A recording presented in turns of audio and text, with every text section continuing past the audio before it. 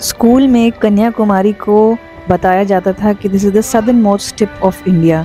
तो क्या ये एक सिंगल पॉइंट था? क्या ये एक बड़ी सी एरिया है? कैसा लगेगा जब आप इस पॉइंट पे पहुंचेंगे और देखेंगे कि कैसे तीन बड़े बड़े समंदर आपस में मिलते हैं। सो एपिसोड 1 में आपने देखा कि हम त्रिवेंद्रम पहुंचे थे और 2 दिन त्रिवेंद्रम घूमने के बाद हमने सोचा क्यों ना हम वहीं से कन्याकुमारी का एक ट्रिप करें। So we are starting our journey to Kanyakumari और ये जो बस है ये आपने देखा। त्रिवेंद्रम से कन्याकुमारी पहुंचने के लिए ज़्यादा ऑप्शंस नहीं है डे टाइम में। अगर अर्ली आपको निकलना है तो एक दिन का ट्रिप करने के लिए हमने KSRTC की जो वेबसाइट है वहाँ से त्रिवेंद्रम टू कन्याकुमारी जाने की बस बुक की थी, जो कि अराउंड 100 रुपीज़ पर पर्सन का टिकट होता है। ऑल्दो बस की कंडीशन ज़्यादा अच्छी नहीं होती, it is very old, but जो रास्ता है वो बहुत ही सुंदर था। तो हम लोग निकल गए अराउंड 2.5 घंटे की जर्नी करके और पहुँचे कन्याकुमारी। कन्याकुमारी जो है वो केरला में नहीं तमिलनाडु में आता है। तो बेसिकली आपको स्टेट बॉर्डर क्रॉस करके पहुंचना पड़ता है कन्याकुमारी के लिए। कन्याकुमारी में जो टूरिस्ट स्पॉट है वहाँ पे आपको कई सारे स्टे के ऑप्शंस मिल जाएंगे। हमारा होटल था होटल मेलेडी पार्क, जिसका एक दिन का टैरिफ अराउंड 2500 रुपीज़ था for a sea facing room. Hotel में चेक इन कराने के बाद सबसे पहले हम निकले पेट पूजा के लिए, क्योंकि लंच टाइम हो चुका था और वहाँ का काफ़ी फेमस जो रेस्टोरेंट है होटल सरवना, वहाँ पे हम लोग साउथ इंडियन थाली खाने के लिए निकले।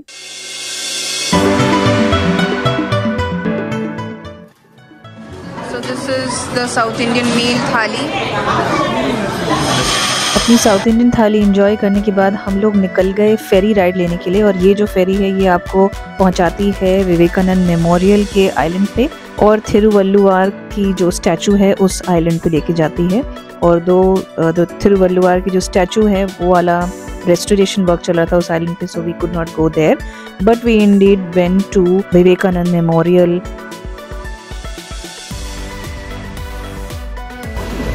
These are the ferries. So 50 rupees का फेरी का टिकट आप खरीद सकते हैं फ्रॉम दिस फेरी स्पॉट जहाँ से स्टार्ट होती है ferry, and that is going to take you to these 2 islands. Ferry पे चढ़ने के लिए एक लाइन होती है, ऑल्दो काफ़ी फ्रीक्वेंट सर्विस है बट फिर भी थोड़ा सा आपको वेट करना पड़ता है to get a chance to get on top of the Pheri.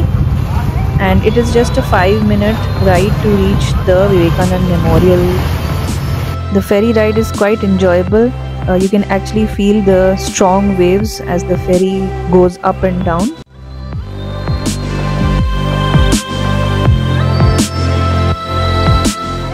As soon as you reach the Vivekanand Memorial Island, there you have to buy a 30 rupees ticket to enter this area. Photography is not allowed inside the memorial जहाँ पे विवेकानंद की statue है, and it is carved in black granite.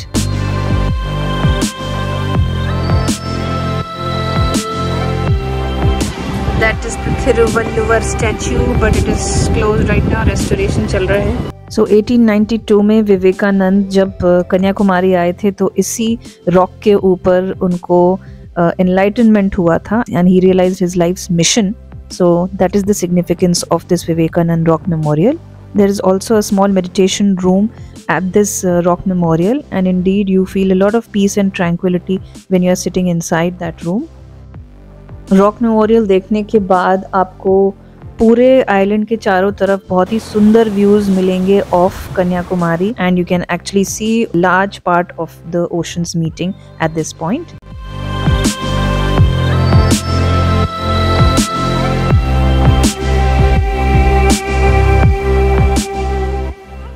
It is also believed that in one of the incarnations of goddess Parvati, उन्होंने यहाँ पे तपस्या की थी, and her foot mark is also on one of the rocks.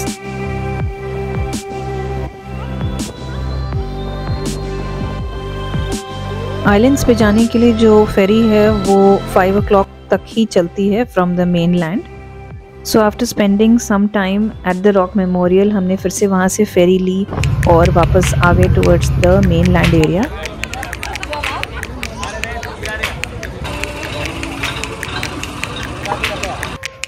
As you are going to reach back on the mainland, वहाँ पे पूरा एक मार्केट रहता है जहाँ पे कई सारे शेल्स के प्रोडक्ट्स मिलते हैं और स्पाइस मार्केट भी है। तो आप डेफिनेटली अगर स्पाइसेस लेना चाहते हैं और शेल से बने हुए कुछ डेकोर लेना चाहते हैं तो वहाँ से डेफिनेटली ले सकते हैं।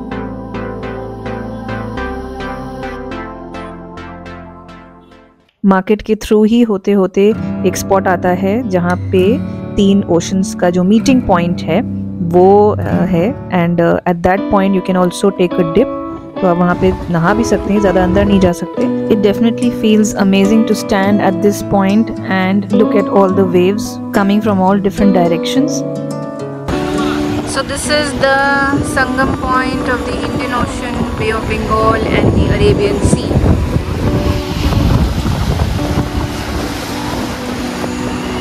There are tiny fishes here.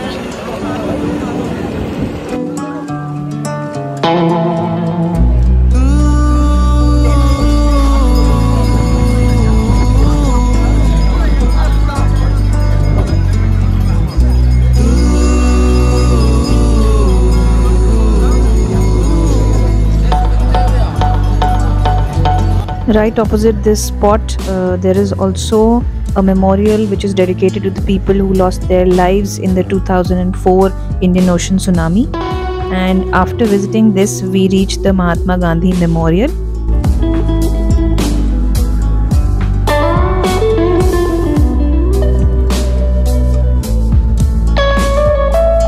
This memorial has 3 to 4 floors in the building. तो आप ऊपर चढ़ के और भी सुंदर व्यूज ले सकते हैं of the ocean. By the time we had reach this memorial, थोड़ी ही देर बाद सनसेट होने वाला था, तो हमने इसी स्पॉट से सनसेट अपना एंजॉय किया।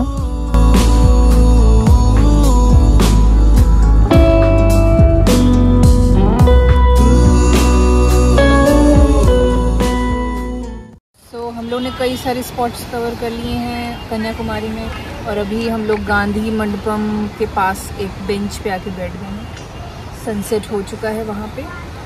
आज काफ़ी मज़ा आया पूरे दिन घूमने में। So we are going to just go into the market. ये पूरा रोड जो है पीछे का is full of the market and the shops.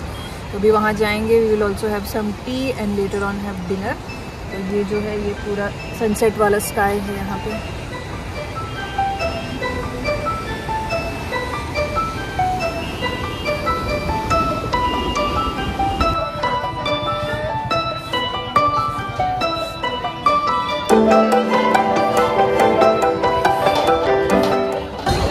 So this is the seashore food court here, जिसके पीछे कई सारी खाने पीने की स्टॉल्स हैं, and this whole road is very hustling bustling.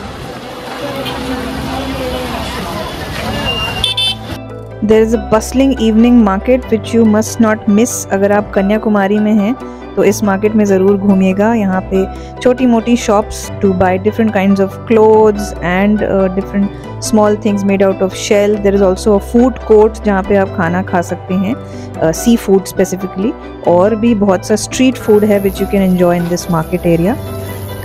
So it was time to have some strong tea along with some mirchi pakora.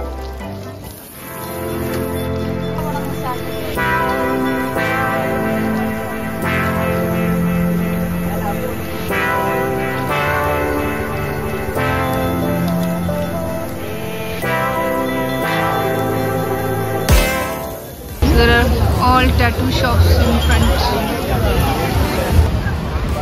So यहाँ पे viewing tower है, यहाँ से आप sunset देख सकते हैं when the sky is clear। और उसी के पास थोड़े से लेफ्ट हैंड साइड पे there are some benches, वहाँ पे लोग बैठे हुए हैं। और इसी के पीछे स्ट्रीट है जहाँ पे सब खाने पीने की चीज़ें मिलती हैं, शॉप्स भी हैं छोटे छोटे। You can enjoy the waves at the night time. You can see over there. Market घूमने के बाद हम लोग निकल गए एक और टेम्पल विजिट के लिए। And men are suppose to not wear a shirt when visiting this temple. अंदर जो मेन टेम्पल है उस एरिया में एंटर करने के लिए there is also a ticket for 20 rupees.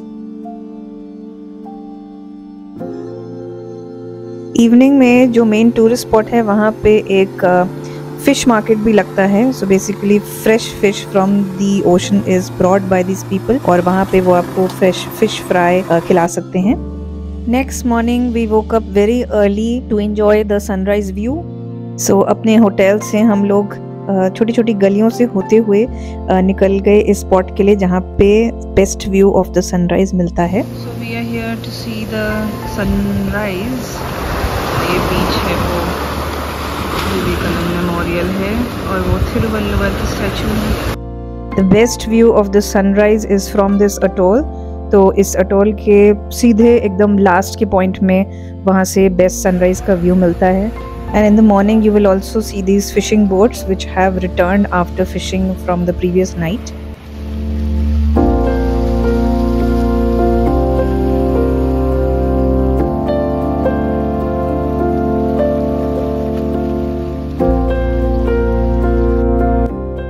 ये बहुत ही लंबा पाथ है और बहुत बड़े बड़े यहाँ पे बोल्डर्स हैं on top of which you can walk. So people who have problems with their knees or legs, they should avoid this path.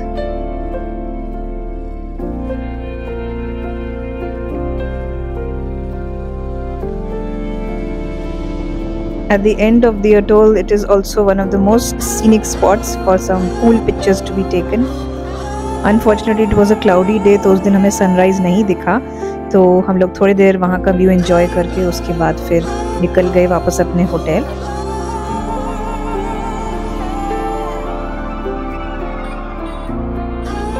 And we checked out of our hotel, और फिर हम चले गए straight away to the Kanyakumari railway station.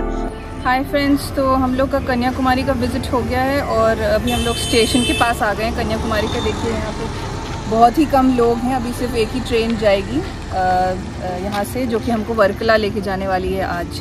तो एक दिन का stay था हमारा, और हम लोग बस अभी ट्रेन पकड़ेंगे और पहुँचेंगे वर्कला। अराउंड 3 आवर्स की ट्रेन की जर्नी होने वाली है to reach Varkala. And we also bought this bag of banana chips from the station. So if you are here, you can buy this also from the station. And there is the railway station, front side of the railway station. So hope you like this video. Do share and comment if you like this video, and subscribe to my channel as well. Thank you.